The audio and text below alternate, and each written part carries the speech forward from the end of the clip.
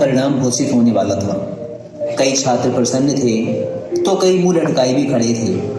उनकी प्रसन्नता और उदासी अकारण नहीं थी। जो छात्र उत्तीर्ण होते उन्हें अगली कक्षा में प्रवेश मिलना तय था, परंतु अनुत्तीर्ण होने वाले छात्रों को न केवल गुरुकुल ही छोड़कर जाना पड़ता, बल्कि आचार्यों की खरी खोटी भी सुननी पड़ती। क्यों रे मूर्ख, तू फिर अनुत्तीर्ण हो गया? तुझे मैंने समय रहते ही समझाया था ना कि यदि इस बार उत्तीर्ण ना हुआ तो गुरुकुल से बाहर निकाल दिया जाएगा। एक आचार्य एक किशोर विद्यार्थी को डांट रहे थे और वह बेचारा चुपचाप सुन रहा था।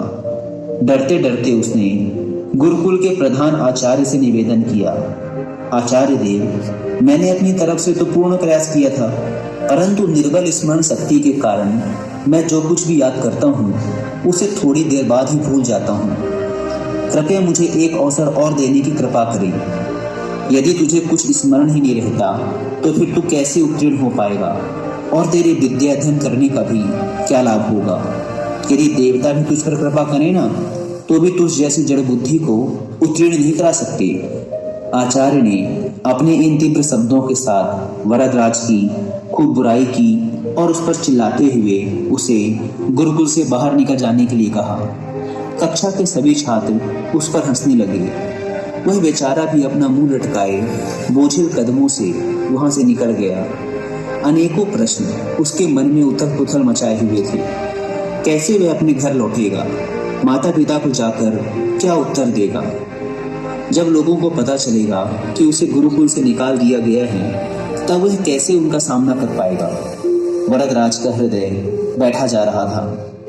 आखिर उसने अपनी ओर से तो भरसक प्रयत्न किया था, रात रात भर बैठकर पढ़ाई की थी, लेकिन यदि फिर भी उत्तीर्ण ना हो सका तो वह क्या कर सकता था?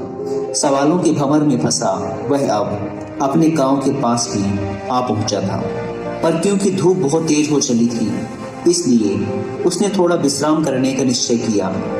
गर्मी की इस तपती दोपहर में सूरज की तेज रोशनी सबको जला रही थी, पर यहाँ भूख भी उसे बेहाल किए हुए थी। इसलिए पास के कुएं की जगत पर बैठकर ही उसने सत्तू खाने का निश्चय किया, जिसे वह गुरुकुल से लेकर चला था। कुएं पर कई लोग खड़े थे। प्यास के मारे सब बेहाल थे, इसलिए बार बार डेगची कुएं में डालते और शीतल जल निकालकर पीते। रस्सी के बार बार रगड़ने से कुएं के किनारे लगा पत्थर भी घिसने लग गया था। लोग जितना पानी निकालते, पत्थर उतना ही घिसता जाता। वरदराज चुपचाप बैठा यह सब देख रहा था।